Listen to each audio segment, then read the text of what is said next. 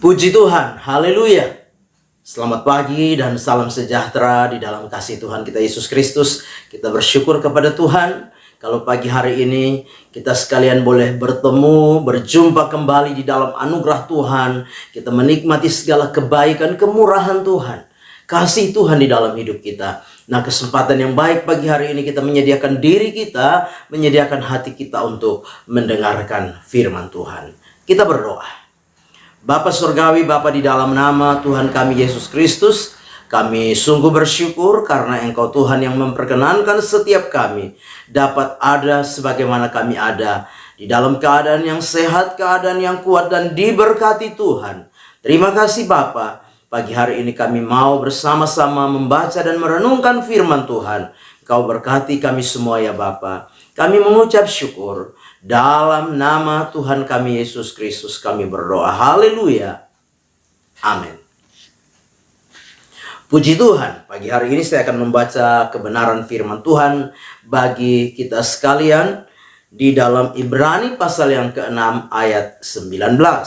Sekali lagi Ibrani 6 ayat 19, demikian firman Tuhan. Pengharapan itu adalah sauh yang kuat dan aman bagi jiwa kita yang telah dilabuhkan sampai ke belakang tabir. Sekali lagi saya bacakan. Pengharapan itu adalah sauh yang kuat dan aman bagi jiwa kita yang telah dilabuhkan sampai ke belakang tabir. Puji Tuhan. Pagi hari ini tema firman Tuhan yang ingin saya sampaikan kepada kita sekalian yaitu pengharapan di tengah badai. Sekali lagi, tema firman Tuhan yaitu pengharapan di tengah badai. Bapak Ibu jemaat yang kekasih di dalam Tuhan kita Yesus Kristus, sebagai orang-orang yang percaya kepada Tuhan, saya percaya kita sekalian di tengah-tengah menjalani seluruh aktivitas kehidupan kita, menjalani hari-hari hidup kita, di tengah-tengah segala kondisi dan keadaan kehidupan ini, yang saya gambarkan seperti kita sedang menghadapi sebuah badai di dalam hidup ini, maka kita perlu memiliki pengharapan di dalam setiap kehidupan kita. Nah, firman Tuhan dengan jelas dikatakan bahwa pengharapan itu seperti sauh yang kuat dan aman bagi jiwa kita. Sekali lagi dikatakan, pengharapan itu seperti sauh yang kuat dan aman bagi jiwa kita. Nah, sebagai orang-orang yang percaya kepada Tuhan, pagi hari ini kita akan belajar bersama-sama bagaimana agar kita dapat hidup di dalam pengharapan. Sekali lagi, pagi hari ini kita mau belajar bersama-sama bagaimana agar kita dapat hidup di dalam pengharapan. Yang pertama yaitu jadikan Tuhan Yesus sebagai dasar pengharapan kita. Seperti sauh atau jangkar yang dilabuhkan sampai ke belakang tabir. Yang pertama sekali lagi, jadikan Tuhan Yesus sebagai dasar pengharapan kita seperti sauh atau jangkar yang dilabuhkan sampai ke belakang tabir. Di dalam ayat yang ke-19 dari pembacaan firman Tuhan ini kita memperhatikan di sana dikatakan pengharapan itu adalah sauh yang kuat dan aman bagi jiwa kita yang telah dilabuhkan sampai ke belakang tabir. Bapak Ibu jemaat yang kekasih, kita tahu bersama kisah ketika Yesus mati di kayu salib. Firman Allah dengan jelas berkata bahwa tabir bait Allah terbelah menjadi dua dari atas sampai ke bawah. Kenapa demikian? Karena pada zaman Taurat, hanya imam besar yang boleh masuk ke ruang Maha Kudus mempersembahkan korban kepada Allah. Tetapi tabir yang memisahkan antara ruang kudus dan yang Maha Kudus itu sudah terbelah, sudah robek lewat kematian Kristus. Kristus merobek tabir itu. Dia sudah masuk ke dalam tabir itu. Dan sebagai orang-orang yang percaya, mari kita mau berharap kepada Yesus yang sudah masuk ke tabir itu. Sudah melewati tabir itu. Tabir itu sudah terbelah. Nah, digambarkan bahwa pengharapan yang kuat dan aman bagi jiwa kita seperti apa? Sauh yang kuat, seperti jangkar yang kuat yang sudah dilabuhkan sampai ke dalam tabir, yaitu Yesus itu sendiri. Nah, Bapak Ibu jemaat yang kekasih, menghadapi hidup di hari-hari ini tanpa sauh yang kuat, tanpa sauh yang aman bagi jiwa kita, maka kita akan mudah terombang-ambing. Kita akan mudah terseret. Bahkan kehidupan kita akan mudah hancur dan karam seperti kapal yang tidak memiliki sauh. Kapal yang tidak memiliki jangkar.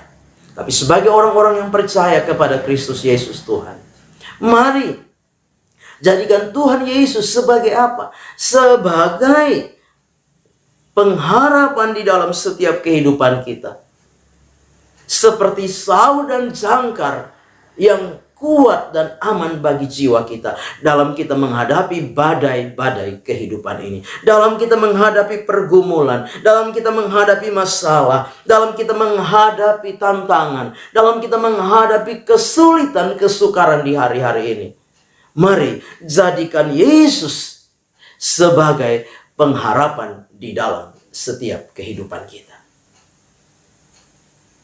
Ada sebuah lagu lama yang luar biasa, Yesus harapan jiwaku. Dikatakan, Yesus harapan jiwaku, Yesus pelepas hidupku, beri selamat dan suka dalam hatiku, Yesus harapan jiwaku. Yesus yang menjadi harapan di dalam hidup kita. Maka ketika Yesus menjadi harapan di dalam hidup kita, maka harapan itu seperti sauh atau jangkar yang kuat dan aman bagi jiwa kita di dalam kita menghadapi tantangan, di dalam kita menghadapi kesulitan, di dalam kita menghadapi godaan-godaan seperti badai yang datang menghampiri kita. Dan saya percaya kehidupan kita akan aman, kehidupan kita akan tenang, kehidupan kita akan tetap kuat di dalam menghadapi berbagai badai kehidupan ini. Yang kedua, bagaimana agar kita dapat hidup di dalam pengharapan? Yang kedua, yaitu jadikan janji Tuhan sebagai dasar pengharapan kita. Sekali lagi, yang kedua adalah jadikan janji Tuhan sebagai dasar pengharapan kita. Di dalam ayat 17 dan 18 dari Ibrani 6. Ibrani 6 ayat 17-18 dikatakan, karena itu untuk lebih meyakinkan mereka yang berhak menerima janji itu akan kepastian keputusannya, Allah telah mengikat dirinya dengan sumpah. Ayat 18, supaya oleh dua kenyataan yang tidak berubah tentang mana Allah tidak mungkin berdusta, kita yang mencari perlindungan beroleh dorongan yang kuat untuk menjangkau pengharapan yang terletak di depan kita. Yang kedua yaitu apa? Jadikan janji Tuhan sebagai dasar pengharapan kita. Mengapa demikian? Mengapa kita harus menjadikan janji Tuhan sebagai dasar pengharapan kita? Dengan jelas dikatakan bahwa Tuhan mengikat janjinya dengan dirinya sendiri. Melalui apa? Melalui sumpah. Ya, Tuhan mengikatkan dirinya atas setiap janjinya dengan sumpah. Dikatakan di dalam pembacaan firman Tuhan ini, di dalam ayat 17 bagian B, Allah telah mengikat dirinya dengan sumpah. Atas apa? Atas setiap janjinya. Itu sebabnya apa? Bapak Ibu sekalian, jadikan janji Allah sebagai dasar pengharapan kita. Karena apa? Karena Tuhan, Dia sudah mengikatkan dirinya atas setiap janjinya dengan sumpah. Bapak Ibu jemaat yang kekasih, jadikan janji Allah sebagai dasar pengharapan kita. Yang kedua, kenapa kita jadikan janji Allah sebagai dasar pengharapan kita. Firman Tuhan jelas, Tuhan tidak mungkin berubah dan tidak akan pernah berubah. Itu yang kedua. Tuhan tidak mungkin berubah dan tidak akan berubah. Di dalam ayat yang kita sudah baca tadi, ayat 18 bagian A di sana, supaya oleh dua kenyataan yang tidak berubah-ubah. Jadi Tuhan itu tidak mungkin berubah. Dengan janjinya dia tidak mungkin berubah. Firman Allah jelas di dalam Ibrani 13 ayat yang ke-8. Yesus Kristus tetap sama, baik kemarin maupun hari ini, bahkan sampai selama-lamanya. Yang ketiga, kenapa kita harus jadikan janji Allah sebagai dasar pengharapan kita? Karena apa?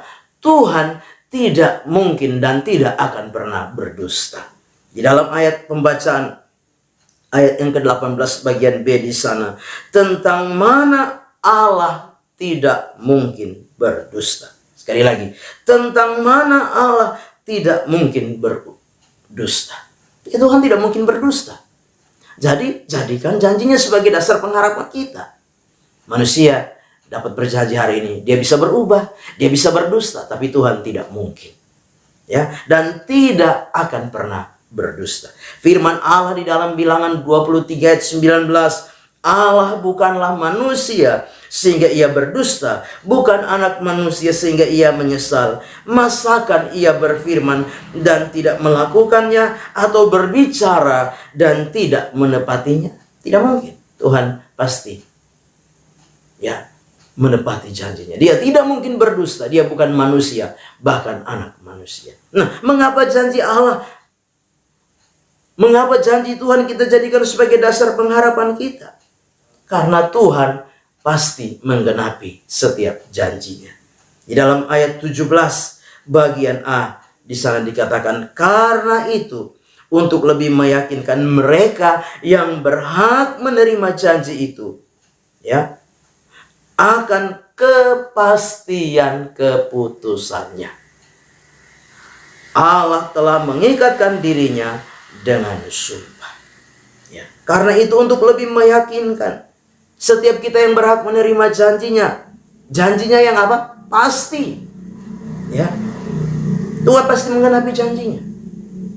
Sebab itu sebagai orang-orang yang percaya kepada Tuhan pagi hari ini, apapun kondisi yang kita alami, apapun keadaan yang kita alami, apapun situasi yang sedang datang dan menerpa setiap kehidupan kita, mungkin seperti badai, seperti gelombang, seperti ombak yang mau menghancurkan kehidupan kerohanian kita, kehidupan iman kita.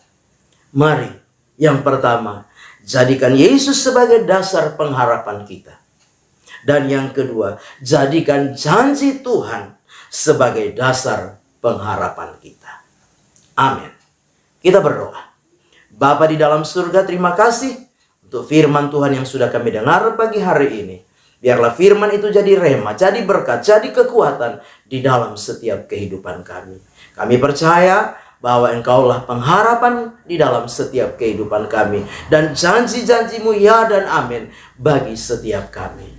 Hari ini, pagi ini kami akan melangkah di sepanjang hari ini. Kami percaya penyertaan Tuhan sempurna kami nikmati di dalam hidup ini.